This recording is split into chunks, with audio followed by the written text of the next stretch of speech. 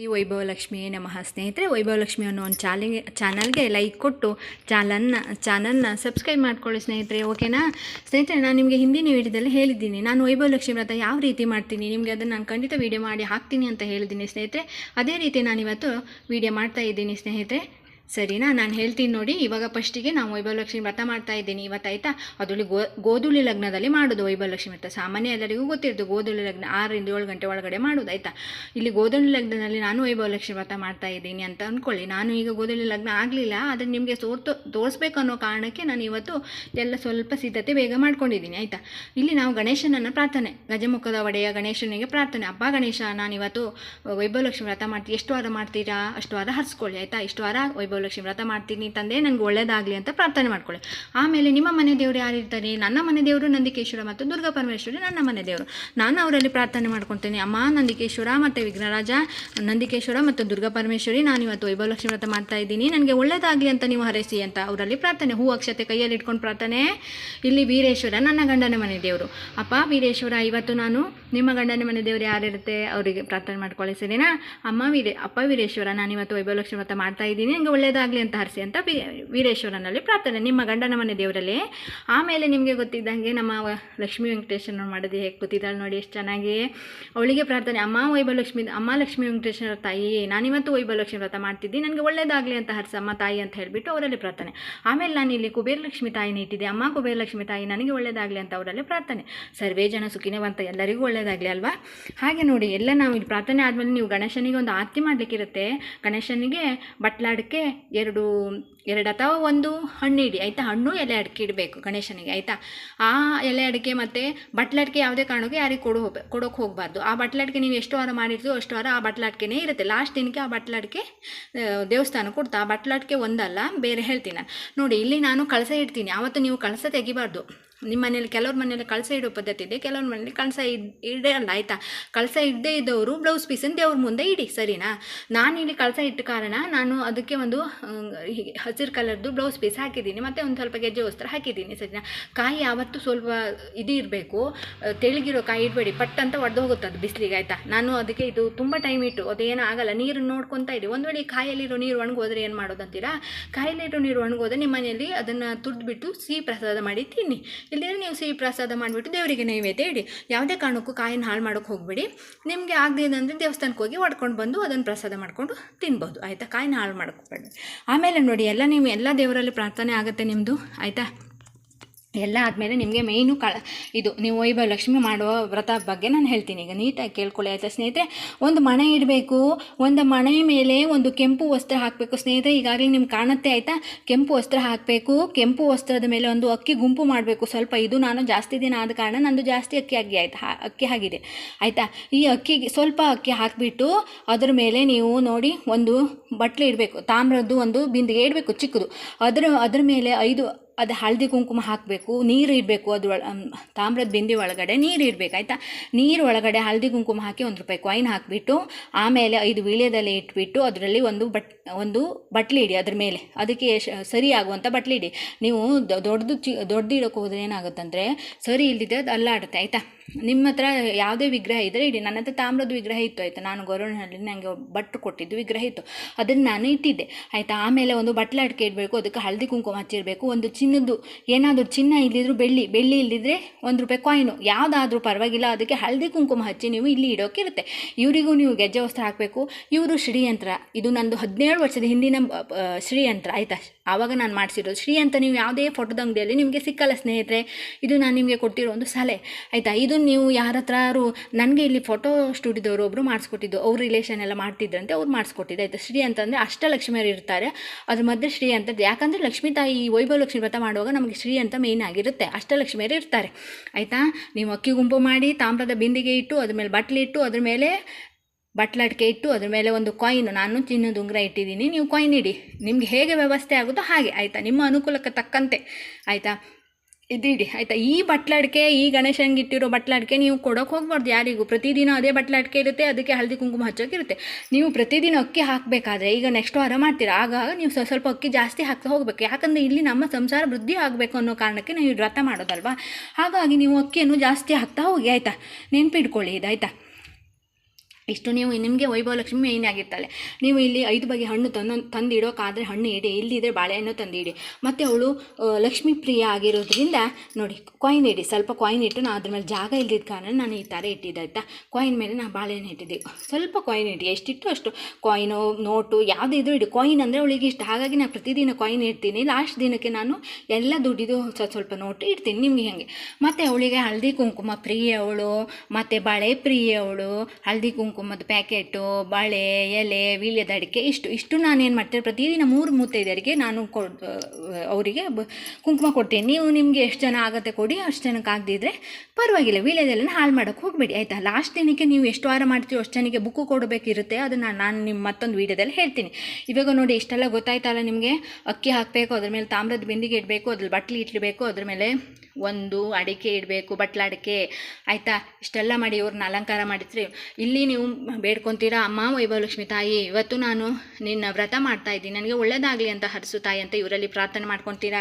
ಆಮೇಲೆ ಇವರು ಈ ಲಕ್ಷ್ಮೀ ತಾಯಿಯನ್ನು ಸ್ವಲ್ಪ ವರ್ಣಿಸೋಣ. ಅವರು ಅಲ್ವಾ ಕಮಲದ ಹೂವಿನ ಮೇಲೆ ಕೂತಿದ್ದಾಳೆ, ಹಳದಿ ಕುಂಕುಮ ಶೋಭಿತಾಳೆ, ಕೆಂಪು ವಸ್ತ್ರ ಬಣ್ಣ ರೈತಾಳೆ ಅಂತ ಹೇಳಿಬಿಟ್ಟು ಅವಳನ್ನು ಸ್ವಲ್ಪ ವರ್ಣಿಸುತ್ತಾ ಅವಳಿಗೆ ಹೂ ಅಕ್ಷತೆ ಹಾಕಿಬಿಟ್ಟು, ಅಮ್ಮ ನಾನು ಇಷ್ಟು ವಾರ ವೈಭವಲಕ್ಷ್ಮಿ ವ್ರತ ಮಾಡಬೇಕಂತ ಅಂದ್ಕೊಂಡಿದ್ದೀನಿ, ನನಗೆ ಅನುಕೂಲವಾಗುವಂತೆ ನೀನು ಮಾಡ್ತಾಯಿ ಅಂತ ಹೇಳಿಬಿಟ್ಟು ಅವಳಿಗೆ ಹೂ ಅಕ್ಷತೆ ಹಾಕಿಬಿಟ್ಟು ಪ್ರಾರ್ಥನೆ ಮಾಡ್ಕೊಳ್ಳೋದು ಆಯಿತಾ.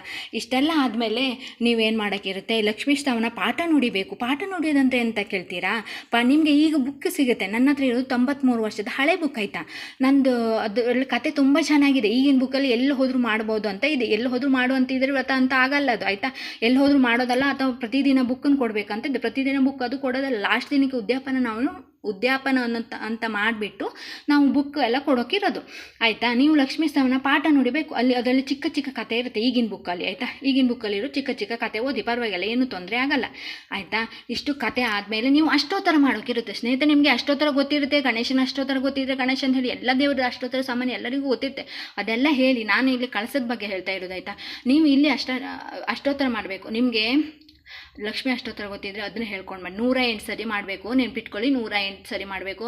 ಇಲ್ಲಿ ನಿಮ್ಗೆ ಯಾವುದು ಗೊತ್ತಿಲ್ಲ ಅಂತ ಹೇಳಿ ನೀವು ವೈಭವಲಕ್ಷ್ಮಿ ಪೂಜೆ ಮಾಡೋದೇನು ವೈಭವಲಕ್ಷ್ಮಿ ಅಂತ ಹೇಳಿಬಿಟ್ಟು ಮಾಡಿ. ಇಲ್ಲಿದ್ರೆ ಜೈ ಧನಲಕ್ಷ್ಮಿ ತಾಯಿ ಅಂತ ಹೇಳಿ ಮಾಡಿ ಆಯಿತಾ. ಇಷ್ಟನ್ನು ನೀವು 108 ಸಾರಿ ಮಾಡಿ ಅರ್ಚನೆ ಮಾಡಿಬಿಟ್ಟು, ಈ ಅರ್ಚನೆ ಕುಂಕುಮನ ಈ ಶ್ರೀ ಯಂತ್ರಕ್ಕೆ ಸ್ವಲ್ಪ ಹೆಚ್ಚಿಬಿಟ್ಟು, ಇಲ್ಲಿ ನಮ್ಮ ಲಕ್ಷ್ಮೀ ತಾಯಿ ಕೂತಿದ್ದಾಳಲ್ಲ ಅವಳಿಗೊಂಚೂರು ಹೆಚ್ಚಿ, ಇಲ್ಲಿ ನಮ್ಮ ಕುಬೇರಲಕ್ಷ್ಮಿ ತಾಯಿ ಕೂತಿದ್ದ ಅವಳಿಗೊಂಚೂರು ಹೆಚ್ಚಿ ನಿಮ್ಮ ತಾಳಿಗೆ ನೀವು ಹಚ್ಕೊಳ್ಳಿ. ಆಮೇಲೆ ನಿಮ್ಮ ಹಣೆಗೆ ಹಚ್ಕೊಳ್ಳಿ. ಸರಿನಾ? ಗೊತ್ತಾಯ್ತಾ? ಮರಿಬೇಡಿ. ಇಷ್ಟೆಲ್ಲ ಆಯಿತು ನೋಡಿ. ನಾನು ಈ ದೀಪ ಹಚ್ಚಿಲ್ಲ, ಗೋಧೂಳಿ ಲಗ್ನದಲ್ಲಿ ಹಚ್ಚೋದು ನಿಮಗೆ ತೋರ್ಸೋಕಂತ ಹೇಳಿಬಿಟ್ಟು 2 ದೀಪ ಹಚ್ಚಿದ್ದೀನಿ ಆಯಿತಾ. ಮತ್ತು ಆವತ್ತು ನೀವು ತುಪ್ಪದ ದೀಪ ಹಚ್ಚಬೇಕು, ನೆನಪಿರಲಿ.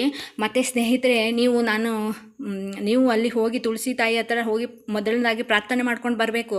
ಅಲ್ಲಿ ನೀವು ಫಸ್ಟು ಪ್ರಾರ್ಥನೆ ಮಾಡ್ಕೊಂಡು ಬರಬೇಕು. ಯಾಕಂದರೆ ಲಕ್ಷ್ಮೀ ತಾಯಿಗೆ ಗಂಡ ಆಗಿರೋದ್ರಿಂದ ನಮ್ಮ ಕಡೆ ಹೇಳ್ತಾರೆ, ತಿರುಪತಿ ತಿಮ್ಮಪ್ಪನ ಪಾದಕ್ಕೆ ಗೋವಿಂದಾನಿ ಗೋವಿಂದ ಅಂತ ಹೇಳ್ತಾರೆ. ಯಾಕಂದರೆ ಅವರು ಅಮ್ಮ ಲಕ್ಷ್ಮೀ ತಾಯಿ ಗಂಡನಾಗಿರೋದ್ರಿಂದ ಅವರಿಗೆ ಪ್ರಾರ್ಥನೆ. ಅಲ್ಲಿ ಹೋಗಿ ನೀವು ಬೇಡಬೇಕು. ಏನಂದರೆ,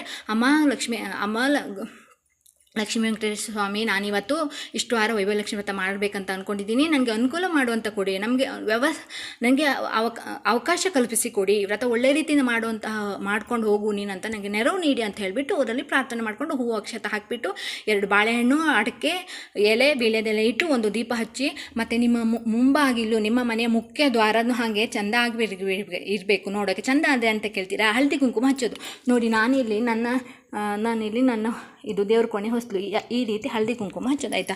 ಈ ರೀತಿ ಹಳದಿ ಕುಂಕುಮ ಹಚ್ಚಿಬಿಟ್ಟು ಹೂವು ಆ ಕಡೆ ಈ ಕಡೆ ಹೂವು ಇಡಿ. ಮತ್ತು ಬಾಗಿಲಿಗೆ 2 ದೀಪ ಹಚ್ಚಿ. ದೀಪ ನಿಮ್ಗೆ ನೋಡಿ ಲ್ಯಾಂಪಿನ ದೀಪ ಸಿಗುತ್ತೆ ಆಯಿತಾ. ಲ್ಯಾಂಪಿನ ದೀಪ ಹಚ್ಚಿ, ಅದು ನಂದು ಹೋಗಲ್ಲ, ಆ ಕಾರಣಕ್ಕೆ ಈ ದೀಪ ಹಚ್ಚಿ ಆಯಿತಾ.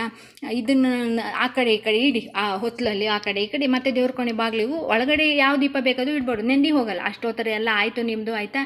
ಅಷ್ಟೋತ್ತರ ಎಲ್ಲ ಆದಮೇಲೆ ನಾನು 5 ಆರತಿ ಮಾಡ್ತೀನಿ.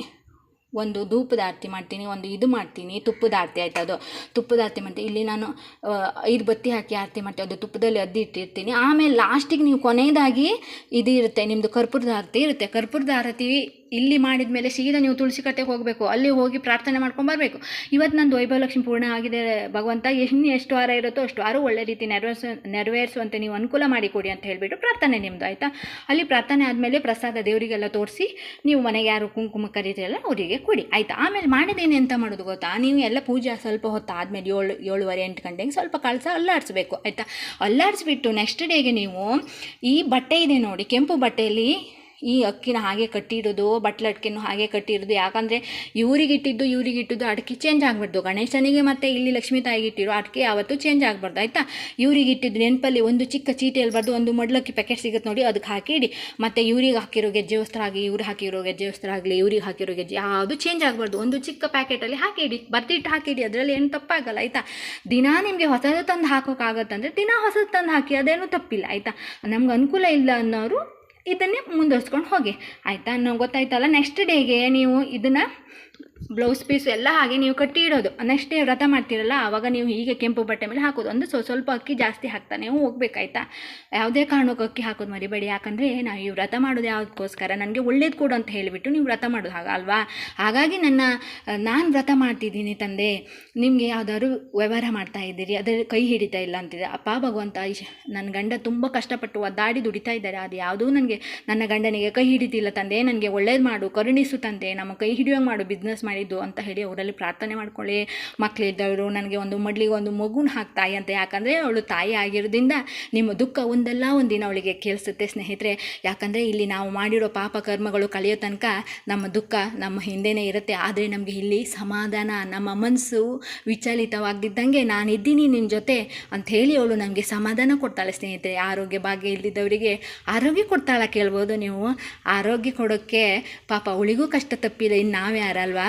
ಹಾಗಾಗಿ ಅವಳು ಏನು ಮಾಡ್ತಾಳೆ ಅಂದರೆ, ನಿಮಗೆ ಆರೋಗ್ಯದಲ್ಲಿ ಏರ್ಪೀರಾದರೆ ಅದನ್ನು ಸುಧಾರಿಸ್ಕೊಂಡು ಹೋಗುವಂಥ ಶಕ್ತಿ ಅವಳು ಕರುಣಿಸ್ತಾಳೆ. ಯಾವುದೇ ತೊಂದರೆ ಆದರೂ ಅದನ್ನು ಧೈರ್ಯದಿಂದ ಎದುರಿಸುವಂಥ ಶಕ್ತಿ ಅವಳು ನಿಮಗೆ ಕರುಣಿಸ್ತಾಳೆ. ಹಾಗಾಗಿ ನೀವು ನಂಬಿದರೆ ಒಬ್ಬ ಮನುಷ್ಯನಿಗೆ ಕಲ್ಲು ಸಹ ಒಂದು ದೇವರಾಗಿ ಕಾಣ್ತಾನಂತೆ. ಹಾಗಾಗಿ ನಂಬಿಕೆ ಇದ್ದವ್ರ ಮುಂದೆ ನಾವು ದೇವರನ್ನು ದೂರಿ ನೋಡಿ ಅವ್ರು ಹೆಂಗೆ ಬೈತಾರೆ, ಏನು ನಿನ್ನ ಕಷ್ಟಕ್ಕೆಲ್ಲ ದೇವರಾದಿ ಅಂತ ಹೇಳ್ತೀಯ, ನೀನು ಮಾಡಿದ ಪಾಪಕರ್ಮ ನಿನ್ನನ್ನು ಇವತ್ತು ಕಾಡುತ್ತೆ ವಿನಃ ದೇವರಲ್ಲ, ದೇವರಲ್ಲಿ ನಿಂಗೆ ಹೆಲ್ಪ್ ಮಾಡ್ತಾನೆ ಅಂತ ಹೇಳ್ತಾರೆ ವಿನಃ ಯಾರು ದೇವರನ್ನು ದೂರಕ್ಕೆ ಹೋಗ್ಬೇಡಿ ಸ್ನೇಹಿತರೆ. ಒಳ್ಳೆಯದಾದರೆ ಅದು ನಮ್ಗೆ ದೇವರಿಂದನೇ ಆಗೋದಂತ ಅಂದ್ಕೊಳ್ಳಿ, ಕೆಟ್ಟದಾದರೆ ನಾನು ಮಾಡಿದ ಪಾಪಕರ್ಮ ಅಂತ ಅಂದ್ಕೊಳ್ಳಿ. ಇಲ್ಲಿ ದೇವರಿಗೂ ಕಷ್ಟ ಸಹ ತಪ್ಪಿಲ್ಲ ಸ್ನೇಹಿತರೆ. ನಿಮ್ಗೆ ಈಗಾಗಲೇ ಗೊತ್ತಿದೆ. ಇನ್ನು ನಾನು ಏನು ನೆಕ್ಸ್ಟ್ ಡೇಗೆ ನಾನು ಹೇಳಿದೆ ನಿಮಗೆ, ಇದನ್ನೇ ನೆಕ್ಸ್ಟ್ ವಾರ ಮಾಡುವಾಗ ಇದನ್ನೇ ಹಾಕೋದು, ಇದಕ್ಕೆ ಸ್ವಲ್ಪ ಅಕ್ಕಿ ಹಾಕಬೇಕು. ಅಕ್ಕಿನ ಆಮೇಲೆ ಎಂತ ಮಾಡಬೇಕು, ಮಾರನೇ ದಿನ ಶನಿವಾರಕ್ಕೆ ನೀವು ಕಳಸ ತೆಗಿತಿರೋ ಕಳಸದಲ್ಲಿ ನೀರು ತುಳಸಿ ಗಿಡಕ್ಕೆ ಹಾಕಬೇಕು. ನೆನಪಿರಲಿ, ಕಳಸದಲ್ಲಿರೋ ನೀರು ತುಳಸಿ ಗಿಡಕ್ಕೆ ಹಾಕಬೇಕು. ಈ ಕಳಸದಲ್ಲಿರೋ ನೀರು ತುಳಸಿ ಗಿಡಕ್ಕೆ ಹಾಕಿಬಿಟ್ಟು ನೀವು ದಿನ ಕಳಸ ಇಡೋರಾದ್ರೆ ಕಳಸ ಇಡಿ, ಮಾಮೂಲಿ ಕಳಸ ಇಡಿ ಆಯಿತಾ. ನಾನು ದಿನ ಕಳಸ ಇಡ್ತೀನಿ. ಹಾಗಾಗಿ ನೀವು ಬ್ಲೌಸ್ ಪೀಸು ಕಳಸ ಇದ್ದಿದ್ದವರು ಬ್ಲೌಸ್ ಪೀಸು ದೇವ್ರ ಮುಂದೆ ಇಡಿ. ಮತ್ತು ಹೇಳಿದ್ನಲ್ಲ, ಇದು ನಿಮಗೆ ಯಾರಿಗಾರು ಕೊಡಬೇಕಂತ ವೀಳ್ಯದಲ್ಲಿ ಯಾವುದೇ ಕಾರಣಕ್ಕೆ ಹಾಳು ಮಾಡೋಕ್ಕೆ ಹೋಗಬೇಡಿ ಸ್ನೇಹಿತರೆ.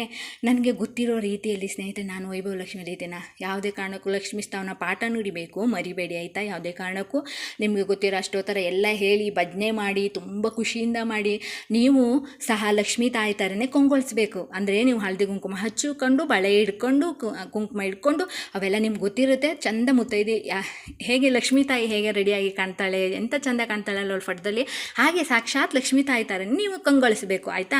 ಯಾಕಂದರೆ ಮನೆಯಲ್ಲಿರೋ ಲಕ್ಷ್ಮಿ ಯಾವಾಗಲೂ ಖುಷಿಯಾಗಿದ್ದಾರೆ ಇದ್ದರೆ ಲಕ್ಷ್ಮೀ ತಾಯಿ ಚಂದ ಕುಂದು ಬರ್ತಾಳಂತೆ ಸ್ನೇಹಿತರೆ. ಅವಳನ್ನು ಹೊಲಿಸ್ಕೊಳ್ಳೋದು ತುಂಬ ಸುಲಭ. ಅವಳು ಒಂದು ಸತಿ ನಿಮ್ಮ ಮನೆಗೆ ಬಂದ್ಲಂದರೆ ಖಂಡಿತ ಅವಳನ್ನ ಹೊರಗಡೆ ಕಳಿಸುವಂಗೆ ಮಾಡಬೇಡಿ. ನನ್ನ ತಂದೆ ಥರ ಸಾಕಿರೋ ನನ್ನ ಅಣ್ಣ ಯಾವಾಗಲೂ ಹೇಳೋದು, ₹1 ಕಾಯಿನ್ ಆದರೂ ನಾವು ಕಣ್ಣಿಗೆ ಹೊತ್ಕೊಂಡು ಇಡಬೇಕಂತೆ. ಯಾಕಂದರೆ ಲಕ್ಷ್ಮೀ ತಾಯಿ ಅನ್ನೋಳು ಚಂಚಲೆ. ಹಾಗಾಗಿ ಹೆಣ್ಮಕ್ಳು ಸಹ ಹಾಗೆ ನೋಡಿ, ಬಟ್ಟೆ ನೋಡಿದರೆ ನಮ್ಮ ಬಟ್ಟೆ ತಗೋಬೇಕನ್ಸುತ್ತೆ, ಚಿನ್ನ ನೋಡಿದರೆ ಚಿನ್ನ ತಗೋಬೇಕನ್ಸುತ್ತೆ, ಹಾಗೆ ಅಲ್ವಾ ಹೆಣ್ಮಕ್ಳು ನೋಡಿದ್ದೆಲ್ಲ ತಗೋಬೇಕನ್ಸುತ್ತೆ. ಅಂದರೆ ಮನಸ್ಸು ಚಂಚಲ ನಮ್ಮದು. ಹಾಗಾಗಿ ಲಕ್ಷ್ಮೀ ತಾಯಿ ಹಾಗೆ ಅಂತೆ, ಅವಳನ್ನು ಪ್ರಸನ್ನವಾಗೋಕ್ಕೆ ಅವಳಿಗೆ ಇಷ್ಟ ಆಗಿರುವಂಥದ್ದು ಮಾಡಿ. ಇಷ್ಟವಾಗಿರೋದಂತ ಏನು ಕೇಳ್ಬೋದು ನೀವು? ಇಷ್ಟ ಆಗಿರೋದಂದರೆ ಅವಳು ಯಾರು ದುಃಖದಲ್ಲಿದ್ದರೆ ಅವಳಿಗೆ ಹಣಕಾಸೆಲ್ಲ ಕೊಟ್ಟು ಎಲ್ಲ ಟೈಮಲ್ಲೂ ಸಹಾಯ ಮಾಡೋಕ್ಕಾಗಲ್ಲ ಸ್ನೇಹಿತರೆ. ಆದರೆ ನೀವು ಅವರಿಗೆ ಸಮಾಧಾನ ಮಾಡ್ಬೋದು. ಅಮ್ಮ, ನಿಮ್ಮಕ್ಕಿಂತ ಚಿಕ್ಕವರಾಗಿದ್ದರೆ ನೀನು ಖಂಡಿತ ದೇವರು ನಿನಗಿದ್ದಾನೆ, ನಿಮಗೆ ವೈಭವ ಲಕ್ಷ್ಮೀ ವ್ರತದ ಬಗ್ಗೆ ಮಹಿಮೆ ಇದ್ದರೆ, ನಿಮಗೆ ಅವ್ರ ವ್ರತದ ಬಗ್ಗೆ ಗೊತ್ತಿದ್ದರೆ ಅದರ ಬಗ್ಗೆ ಹೇಳಿ, ನೀವು ಮಾಡಿ ಅಂತ ಅವ್ರಿಗೆ ಹೇಳಿ. ಆ ರೀತಿ ಆರೋಗ್ಯದ ಸಮಸ್ಯೆ ಇದ್ದವರಿಗೆ ಖಂಡಿತ ನೀನು ಹುಷಾರಾಗ್ತೀಯಾ, ನಂಬಿಕೆ ಇಡು ದೇವ್ರ ಮೇಲೆ, ಖಂಡಿತ ನಿಮಗೆ ಏನಾದ್ರು ಪರಿಹಾರ ಸೂಚನೆ ಮಾಡ್ತಾನೆ ಅಂತ ಸಮಾಧಾನ ಹೇಳಿ. ಮಕ್ಕಳಿಲ್ದಿದ್ದವರಿಗೆ ನಿಂಗೆ ಮಕ್ಕಳಾಗ್ತವೆ ಆ ಥರ ಸಮಾಧಾನ ಹೇಳಿ. ಸಮಾಧಾನ ಮಾಡಬೇಕು. ನಾವು ಒಂದು ನೊಂದಿರೋ ಮನುಷ್ಯನಿಗೆ ಇನ್ನು ಚುಚ್ಚು ಮಾತಾಡಬಾರ್ದು ಸ್ನೇಹಿತರೆ. ಸಾಧ್ಯ ಆದರೆ ಅವರಿಗೆ ಈ ಥರ ಉಪಕಾರ ಮಾಡಿ. ಹಣ ಕೊಟ್ಟು ಯಾರಿಗೂ ಸಹಾಯ ಮಾಡಲಿಕ್ಕಾಗಲ್ಲ, ಆದರೆ ಈ ರೀತಿ ಒಳ್ಳೊಳ್ಳೆ ಮಾತು ಆಡೋದ್ರಿಂದ ನಾವು ಕಳ್ಕೊಳ್ಳೋವಂಥದ್ದು ಏನೂ ಇಲ್ಲ ಅಲ್ವಾ. ಸಿಟ್ಟು ಬಂದಾಗ ನಾವು ಬೈತೀವಿ ಸ್ನೇಹಿತರೆ, ಆದರೆ ಏನು ಮಾಡೋದು, ಎಲ್ಲವೂ ದೈವ ಸಂಕಲ್ಪ ಆಗಿರುತ್ತೆ ಸ್ನೇಹಿತರೆ. ಇಲ್ಲಿ ಪಾಪಕರ್ಮಕ್ಕನುಸಾರ ಅನುಸಾರವಾಗಿ ದೇವರು ನಮಗೆ ವರ ಕೊಡ್ತಾನೆ. ನೀವು ಹೇಳ್ಬೋದು, ನಾನು ವ್ರತ ಮಾಡ್ತೀನಿ ನಂಗೆ ತಕ್ಷಣವೇ ದುಡ್ಡು ಬರುತ್ತೆ ಅಂತ ಕೇಳ್ಬೋದು. ಹಾಗಂತ ಆದರೆ ಎಲ್ಲರೂ ಇವತ್ತು ಮಾಡ್ತಿದ್ರಲ್ವ ಸ್ನೇಹಿತರೆ. ಇಲ್ಲಿ ನಮ್ಮ ಪಾಪಕರ್ಮಗಳು ಕಳೆಯೋ ತನಕ ನಮ್ಮ ಕರ್ಮ ಅನ್ನೋದು ನಾವು ಅನುಭವಿಸಲೇಬೇಕು ಸ್ನೇಹಿತರೆ. ಆ ಕರ್ಮದ ಜೊತೆ ನಾವು ಹೇಗೆ ಧೈರ್ಯದಿಂದ ನಡೆಯೋದು ಅನ್ನೋದನ್ನು ಈ ತಾಯಿ ನಿಮಗೆ ಅನುಗ್ರಹಿಸ್ತಾಳೆ ಸ್ನೇಹಿತರೆ. ಹೀಗೆ ಹೇಳ್ತಾ ನನ್ನ ವೈಭವಲಕ್ಷ್ಮಿ ವ್ರತ ಹೇಗೆ ಮಾಡೋದಂತ ಹೇಳಿದ್ದೀನಿ. ಆತ ಗೊತ್ತಾಗದೇ ಇದ್ದರೆ ನೀವು ನನಗೆ ಕೇಳಿ, ವಾಟ್ಸಪ್ಪಲ್ಲಿ ಬೇಕಾದರೂ ಕೇಳಿ, ಕಾಮೆಂಟ್ ಬಾಕ್ಸಲ್ಲಿ ಕೇಳಿ ಸ್ನೇಹಿತರೆ, ನಾನು ಖಂಡಿತ ಹೇಳ್ತೀನಿ. ನೆಕ್ಸ್ಟ್ ವೀಡಿಯೋದಲ್ಲಿ ಲಾಸ್ಟ್ ದಿನ ಯಾವ ರೀತಿ ಕೊಡೋದಂತ ನೆಕ್ಸ್ಟ್ ವೀಡಿಯೋ ಮಾಡಿ ನಾನು ಹಾಕ್ತೀನಿ, ಆಯಿತಾ. ಮತ್ತು ನಿಮಗೆ ಏನಾದರೂ ಗೊತ್ತಿಲ್ಲದ್ರೆ ಕೇಳಿ, ಅದರಲ್ಲಿ ಏನೂ ತಪ್ಪಿಲ್ಲ, ಆಯಿತಾ. ತಪ್ಪಿದ್ದರೆ ನಾನೇನಾದರೂ ಮಾತಾಡಿದ್ರಲ್ಲಿ ನಿಮ್ಗೆ ಏನಾದರೂ ತಪ್ಪು ಅನಿಸಿದರೆ ಕ್ಷಮಿಸಿ ನನ್ನನ್ನು ಅಂತ ಹೇಳ್ತಾ ಮುಂದೆ ಒಂದೊಂದು ಕತೆ ಹೊತ್ತು ಬರ್ತೀನಿ ಸ್ನೇಹಿತರೆ. ಒಂದೊಂದು ಕತೆ ಹೇಗಿರುತ್ತಂತ ಕೇಳಿದರೆ ಆ ಕತೆಗೆ ಹೇಳುವಾಗ ನನಗೂ ಕಣ್ಣಲ್ಲಿ ನೀರು, ಕೇಳುವಾಗ ನಿಮಗೂ ಕಣ್ಣಲ್ಲಿ ನೀರು ಬರ್ಬೋದೇನೋ ಗೊತ್ತಿಲ್ಲ, ನೋಡೋಣ ದೇವ್ರ ಇಚ್ಛೆ ಹೇಗಿರುತ್ತೋ ಹಾಗೆ ಅಲ್ವಾ ಸ್ನೇಹಿತೆ. ಆದರೆ ನೆನಪಿಲ್ಲಿ ಸ್ನೇಹಿತೆ, ಡೇಟಿನ ಅಡಚಣೆ ಆದಾಗ ವ್ರತ ಮಾಡೋಂಗಿಲ್ಲ, ಗೊತ್ತಾಯ್ತಾ ನಿಮಗೆ. ಮತ್ತು ಸಾಧ್ಯವಾದಷ್ಟು ಉಪವಾಸ ಮಾಡೋಕ್ಕಾದರೆ ಉಪವಾಸ ಇಲ್ದಿದ್ರೆ ಪರವಾಗಿಲ್ಲ, ಸರಿನಾ. ಇದು ಗೋಧುಳಿ ಲಗ್ನದಲ್ಲೇ ಮಾಡೋ ಕಾರಣದಿಂದಾಗಿ ಉಪವಾಸ ಆದರೆ ಉಪವಾಸ ಇಲ್ದಿದ್ರೆ ಪರವಾಗಿಲ್ಲ. ಆದರೆ ಮಡಿ ಹುಟ್ಟು ಬಟ್ಟೆಯಿಂದ ಮಾಡಬೇಕು. ನೀವು ಡೇಟ್ ಆದಾಗ 3 ದಿನ ನಿಮ್ಮ ಜಾಗ ಬೇರೆ ಇರಲಿ, ಜಾಗ ಬೇರೆ ಇರೋದನ್ನು ನೀವು ಚಾಪೆ ಮೇಲೆ ಮಲಗಿ ಆ 3 ದಿನಕ್ಕೆ ನೀವು ಮಲಗಿರುವಂಥ ಬಟ್ಟೆನೆಲ್ಲ ವಾಶ್ ಮಾಡಿ ಹಾಕಿ ಸೈಡಿಗೆ ಎತ್ತಿಡಿ, ಆಯಿತಾ. ಮತ್ತು ನಿಮ್ಮ ಮನೇಲಿ ಯಾರಾದರೂ ಡೇಟ್ ಆದರೆ ನಾವು ಪೂಜೆ ಮಾಡ್ಬೋದಾ ಅಂತ ಕೇಳ್ಬೋದು. ನಿಮಗೆ ಮಗು ಅಥವಾ ಮಗ ಅಥವಾ ಸ್ಕೂಲಿಂದ, ಮಗನಿಗೇನು ಆಗಲ್ಲ ಸಾರಿ, ಮಗಳು ಸ್ಕೂಲಿಂದ ಬರ್ತಾಳೆ ಅನ್ನೋ ಟೈಮಿಂಗು ಗೊತ್ತಿರುತ್ತೆ. ಆ ಟೈಮಿಗೆ ಒಳಗಡೆ ಬಂದಮೇಲೆ ಒಂಚೂರು ಗೋಮೂತ್ರ ಹಾಕಿ ಮನೇನ ಉದ್ದಿ ಆ ಮಗಳಿಗೆ ಹೇಳಿ, ಮಗಳೇ ನೀ ರೂಮಲ್ಲಿ ಕೂತ್ಕೊಂಡು ನಾನು ಪೂಜೆ ಮಾಡೋ ತನಕ ಹೊರಗಡೆ ಬರಬೇಡ ಮಗಳಂತ. ಯಾಕಂದರೆ ಆ ವ್ರತ ಮಾಡುವಾಗ ಅವಳ ನೆರಳು ಆ ವ್ರತದ ಅಂದರೆ ಲಕ್ಷ್ಮೀ ತಾಯಿ ಫೋಟೋದ ಮೇಲೆ ಬೀಳಬಾರ್ದು ಅನ್ನೋದು ಒಂದು ಪದ್ಧತಿ ಆಗಿರುತ್ತೆ ಸ್ನೇಹಿತೆ, ಆ ಪುರಾತನ ಕಾಲದಿಂದ ಬಂದಿದ್ದು. ಹಾಗಾಗಿ ಅವಳನ್ನ ಒಳಗಡೆ ಕೂರಿಸಿ ವ್ರತ ಆದಮೇಲೆ ಕರೀರಿ, ಏನು ತಪ್ಪಿಲ್ಲ, ಆಯಿತಾ. ಇಲ್ಲೆಲ್ಲ ದೇವ್ರ ಕೋಣೆ ಬೇರೆ ಸಪ್ರೇಟಾಗಿ ಇರುತ್ತೆ. ಕೆಲವ್ರ ಮನೇಲಿ ದೇವ್ರ ಕೋಣೆ ಇರಲ್ಲ, ಅಡುಗೆ ಮನೆಯಲ್ಲೇ ಇರ್ತಾರೆ. ಆವತ್ತು ಅವಳ ಹತ್ರ ಅಲ್ಲಿ ಬರಬೇಡ ತಾಯಿ ಅಂತ ಹೇಳಿ ಅವಳಿಗೆ ಗೊತ್ತಾಗುತ್ತೆ, ಆಯಿತಾ ಸ್ನೇಹಿತರೆ. ನನಗೆ ಗೊತ್ತಾಗಿರೋ ಈಗಿನ ಬುಕ್ ಇದು, ಆಯಿತಾ. ಈಗಿನ ಬುಕ್ಕು ಅದು ನನ್ನ ಹತ್ರ ಇರೋದು 18 ವರ್ಷದ ಹಳೆ ಬುಕ್ಕು. ಈಗಿನ ಬುಕ್ಕು ಈ ರೀತಿ ಇದೆ. ನನ್ನ ಫ್ರೆಂಡ್ಸ್ ಎಲ್ಲರಿಗೂ ನಾನು ಈ ಥರದ ಬುಕ್ಕೇ ಮಾಡಿಕೊಟ್ಟಿದ್ದು. ಫಟದಂಗ್ಳಲ್ಲಿ ಬುಕ್ಕು ಸಿಗಲ್ಲ ನಿಮಗೆ, ಆಯಿತಾ ಸ್ನೇಹಿತರೆ. ಹೋಗ್ಬಿಟ್ಟು ಬರ್ತೀನಿ ನಾನು. ನೆಕ್ಸ್ಟ್ ಕತೆ ಹೊತ್ತು ನಿಮ್ಮ ಜೊತೆ ಬರ್ತೀನಿ ಸ್ನೇಹಿತರೆ. ಬಾಯ್, ಥ್ಯಾಂಕ್ ಯು.